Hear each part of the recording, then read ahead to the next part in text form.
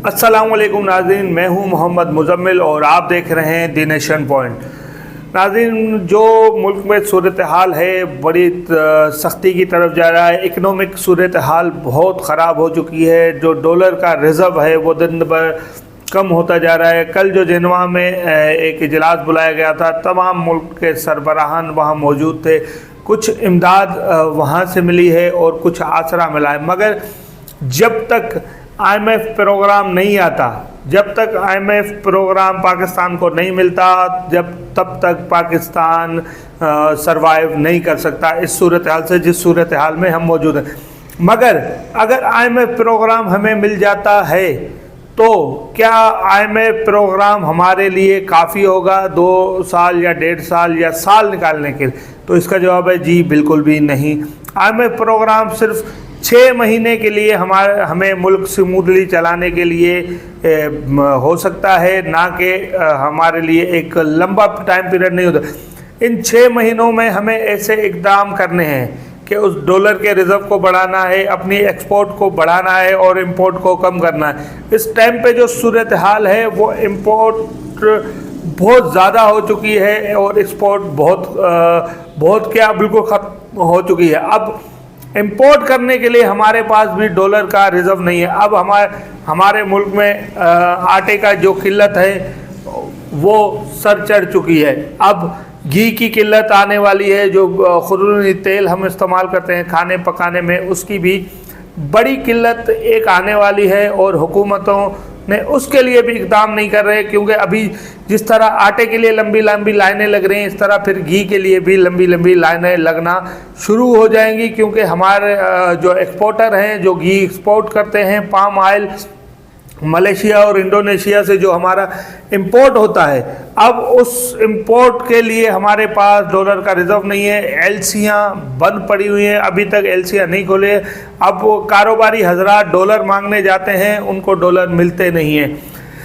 Dollar की जो open market में कीमत है वो तो 227 रुपये कुछ पैसे है, मगर ब्लैक में या आप डॉलर कहीं से लेने जाओ एक्सचेंज रेट वालों के पास, तो पहले तो आपको मिलता नहीं है, आसानी से मिलता नहीं है। अगर मिलता है भी तो ये 250 से 300 रुपये तक का रेट, वो भी मुश्किल आपको मिल सके अगर कोई आपके सोर्सेज हो उसके, तो वरना डॉलर का रिज़र्व हमारे पास बिल्कुल भी नहीं है जी। अब हुकूमत ना इलेक्शन करने के तैयार है। एक नई हुकूमत आएगी और नई हुकूमत के पास वो अख्तियारात हो गए। अब ये सियासी नुकसान होगा। देखिए, अगर PDM ये हुकूमत छोड़ती है तो उनका सियासी नुकसान होगा। वो कभी भी अपना सियासी नुकसान करना नहीं चाहते। अब इनको सेफ साइड चाहिए। ये चाह रहे हैं कि डॉलर IMF का प्रोग्राम आए, हमें सेफ साइड मिले, हम हुकूमत किसी और को सौंपें, जो निगरां हुकूमत आती है जो भी आता है उसको सौंपें और यहाँ से कट लें और 6 महीने के अंदर 3 महीने के अंदर इलेक्शन हो जाए और इलेक्शन में हमारे पास बयाने हो जाए, हम तो इतना छोड़ के गए थे। अब ये जो भी आएंगे वो फिर बोलेंगे भाई पीछे वाले ने बेड़ा गर्क कर दिया, डॉलर छोड़ा नहीं, मुल्क ख़जाना खाली था। हर आने वाली हुकूमत यही बोलती है, पुरानी हुकूमत ने ख़जाना खाली कर दिया, हम इस ख़जाने को भरेंगे। और जब तक हुकूमत रहती है यही रोना चलता है, और जब हुकूमत से निकल के बाहर आते हैं तो फिर इनके बयानिए बदल जाते हैं। जी, हम तो ख़जाना भरा हुआ छोड़ के आए थे, ख़जाना तो लबालब भरा हुआ था, ये नए आए हैं, इन्होंने बेड़ा गर्क कर दिया। हालांकि उनकी हुकूमत के लास्ट दिन तक का भी यही रोना होता है कि ख़जाना खाली है, क्योंकि पिछली हुकूमत करके गई है, इसीलिए ख़जाना खाली है। और हम मुल्क को सुधारने की कोशिश कर रहे हैं। आइंदा आने वाले इलेक्शनों में हमें वोट दो ताकि हम इस मुल्क का सुधार कर सकें। और जब बाहर बैठ जाते हैं हुकूमत के तो फिर इनका बयान ये होता है कि ख़जाना हम तो भरा हुआ छोड़ के गए थे और इन्होंने खाली कर दिया, मुल्क को खसारे पे ला के छोड़ दिया है।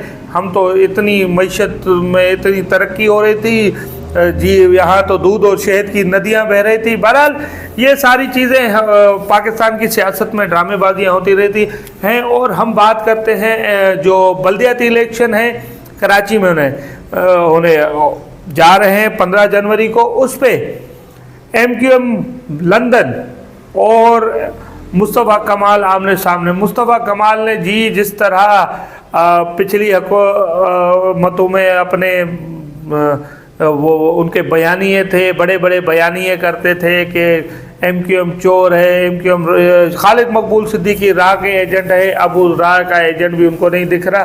सारी चीज़ें मान मून के एक सेटअप बनने जा रहा है, मगर सेटअप देखिए बहुत लोग बात कर रहे हैं कि ये सेटअप बनने जा रहे हैं, मुझे नहीं लग रहा है ये सेटअप बनने जाएगा। मुनाफिक आदमी कभी मुत्तहद नहीं हो सकता, ये मुझे कल किसी ने कमेंट भी किया था और आज मुझे याद आ गया तो मैंने ये बोल दिया। मुनाफिक लोग कभी मुत्तहद नहीं हो सकते, ये मफाद परस्त लोग हैं, ये कैसे मुत्तहद हो सकते हैं। ये इसको कम मुझे कम इसको ज़्यादा वाली कहानी इनके पास चलती रहेगी और ये इनका मुझे नहीं लगता अगर बन भी गया तो ज़्यादा दिन चल नहीं पाएगा। और MQM लंदन का जो अब मुस्तफ़ा कमाल से टकराव हो गया है, अब MQM इनको अच्छी लगने लगी, अल्ताफ़ हुसैन बुरा लगने लगा। जिसने तुम्हें सियासत सिखाई, सियासत की तमीज़ दी, तुम्हें मेयर बनाया, तुम्हें सेनेटर बनाया, वो आज बुरा हो गया और MQM अच्छी हो गई। MQM वाले दूध के धुले हो गए, एक अल्ताफ़ हुसैन दहशतगर्द हो गया। यार ये कैसा बयानिया है, ये कैसा बना है, ये तो मुझे समझ से बाहर है कि ये किस तरह का बयानिया लेके मुस्तफ़ा कमाल साहब जो आप बातें कर रहे हो ना, ये किसी बच्चे को भी अच्छी नहीं लग रही होंगी आपकी। क्यों? आप कोई हकायक पे अपनी बात करें, कोई सच पे अपनी बात करें, कोई तरीके समझ वाली बात करें। इतने बड़े आदमी हैं, बड़े सियासतदान हैं और आप बात ऐसी कर रहे हैं कि MQM अच्छी है, MQM को बनाने वाला बुरा है। हम अच्छे हैं, हमारी सियासत अच्छी है, हमें सियासत सिखाने वाला बुरा है, वो दहशतगर्द है, वो भत्ता माफिया है, सब वो है। तुम फरिश्ते हो, तुम एक फरिश्ते हो, बाकी सब तुम जो करते हो वो मुल्क और कौम के लिए बेहतर होता है, बाकी जो करते हैं वो मुल्क और कौम के लिए गलत होता है।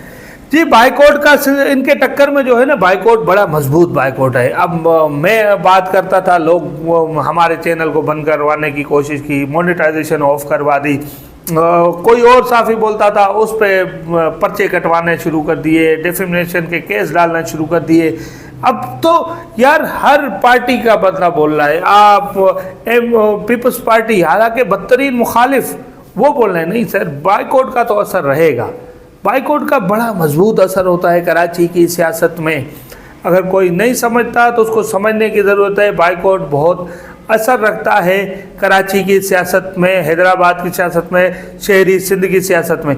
आप जाएं शाह फैसल, मलीर, हैदराबाद, कोई एक गली बता दे जहां बाइकआउट की चोकिंग नहीं हुई है। हर जगह चोकिंग हुई है और नहीं निकलेगा महाजिर वोटर। जब महाजिर वोटर नहीं निकलेगा, दूसरा वोटर मुझे नहीं लगता कि MQM को वोट देगा। जो इस शहर की सिंध की दूसरी बड़ी जमात थी, आज वो उसका नंबर 4वें 5वें नंबर पे आता है। आज पहले नंबर के जो तीन जो बड़े इसमें मध्य मुकाबिल हैं बल्दियाती इलेक्शन में, वो पीपल्स पार्टी, PTI और जमात इस्लामी। चौथे नंबर पे आता है, जो चौथे नंबर के मुकाबला है वो मुकाबला है तहरीक लब्बैक और MQM में। यार अब तुम चौथे नंबर की जमात में भी तुम्हारा शुमार होना बहुत मुश्किल है, कहीं तहरीक लब्बैक टक्कर ना दे दे। तहरीक लब्बैक का भी बड़ा यार वो है, बड़ा वोटर है, आपको पता है। तहरीक लब्बैक के साथ जो मजहबी मामला जुड़े हुए हैं लोगों के, तहरीक लब्बैक का बहुत एक बड़ा वोट बैंक बन गया है कराची में। आपने अपने बयानिया इतना बेकार रखा, इतना लोगों के साथ जो रवैया रखा, वो आज आपको लोग मुंह नहीं लगा रहे।